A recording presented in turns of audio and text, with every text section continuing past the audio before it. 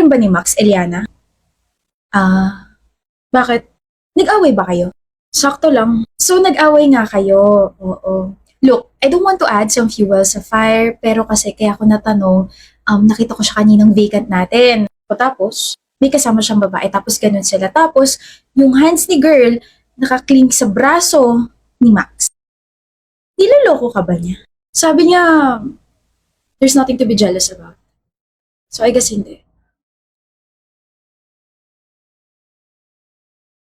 Tahimik mo ha, mag-away pa rin ba tayo? Kung ibubuka ko bibig ko, yes, baka mag-away tayo ulit. Ano na naman? Ano na naman ginawa ko? Tingin nyo na sa isa't isa, alam ba niya na may girlfriend ka? Alam mo pa ba na may girlfriend ka? Clingy? Nakita kayo na isa sa mga kaibigan ko. Ganun daw kayo. Hindi ako yun. Hindi ikaw yan? Ay, Max naman. Sana itago mo man lang yung panloloko mo. Hindi kita niloloko, Eliana. Tsaka normal na sa kanya yung pagiging ganong kaklingi. Ginagawa niya rin naman yung sa iba eh. Akala ko ba hindi ikaw yung nakita ng kaibigan ko? Ano ba? Max, gusto ko lang naman ng assurance. Gusto ko lang naman na may gawin ka para hindi na ako magselos doon sa babaeng yon. Hindi ba pwedeng ikaw yung mag-adjust? What? Walang ginagawang masama sa'yo si Lexi. Ang sabihin mo na i-insecure ka sa kanya. Wow. Now you're defending her. Ano ba nangyayari sa'yo, ha? Bakit biglang, bakit biglang naging ganito ka? Nakakapagod ka na. Nakakapagod na yung pagiging praning mo. Nakakapagod na yung pagiging selosa mo. Kaya Eliana, maghiwalay na lang tayo. Nagiging toxic ni. Nagiging toxic ka na. Simple lang naman yung hinihingi ko sa'yo, Max. Hindi mo pa magawa. Nakaka-disappoint. Text mo, Eliana. Text mo na kasama yung pinagselosan mo. Babe. Lexi, una ka na muna. Oh, huwag ka masyadong magpakyut ha. Baka mamaya kunin ka niya ulit sa akin. Joke. Sige, dun muna ako ha. I remember you telling me that she's just a friend. A blockmate. She understands me, Eliana. Eh ako hindi. She doesn't have any flaws. Tapos ako meron? Marami. Normal yung pamilya ni Lexi. I hope you're not in hell. Eliana, normal naman kami ah. Sino siya para sabihin hindi normal yung pamilya ko? Ano karapatan niya para i-compare yung pamilya ko dun sa babaeng yun? Hindi naman, hindi naman kasalanan ni mama na she's mentally ill. Hindi niya yun kasalanan. Kaya anong karapatan ni Max na insultuhin si mama ng gano'n? Eliana, Max, kanina pa kita hinihintay. Hinihintay mo ko? Anong ginagawa mo rito sa tapat ng classroom namin? I know, para akong baliw sa sasabihin ko pero take me back. What?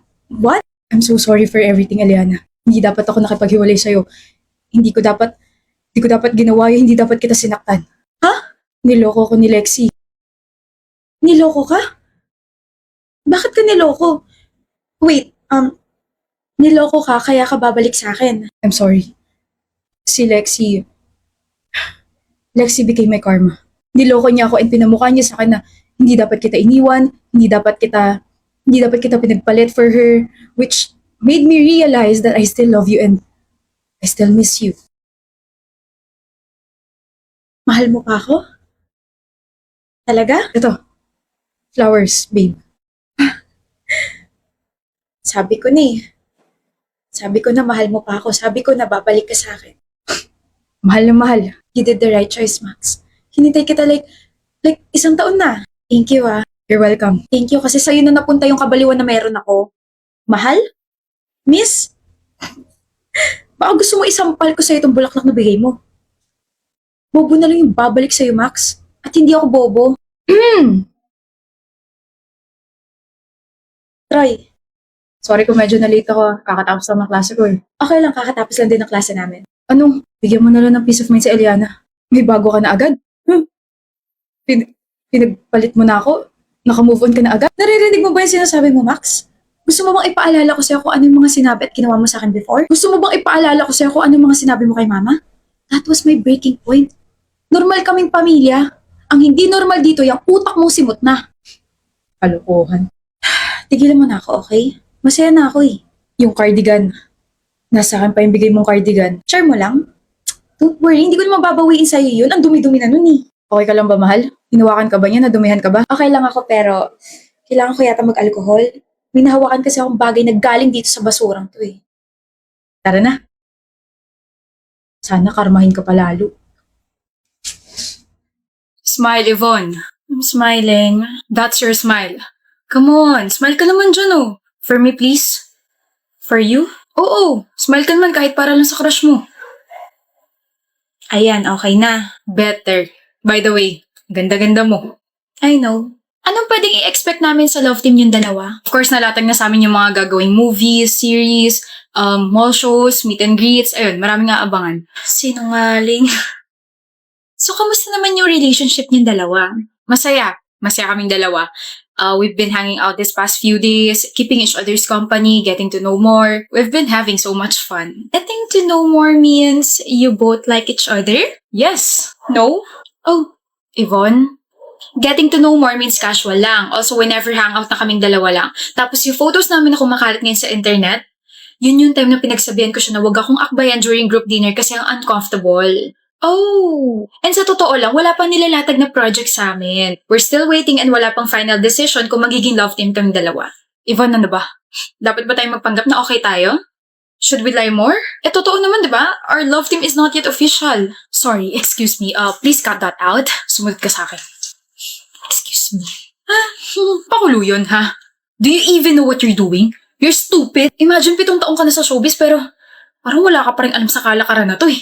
Simula pa lang sinabi ko na sa'yo, cheesy stupid lies won't work sa akin, nagpapakatotoo lang ako. Tsaka bakit ako magsasabi ng mga kasinungalingan kung alam ko naman sa sarili ko na ikakasira ko rin yung mga yan? Ay nako Denzel, you could have just said na, we're good, we're friends, and we're so excited to work with each other.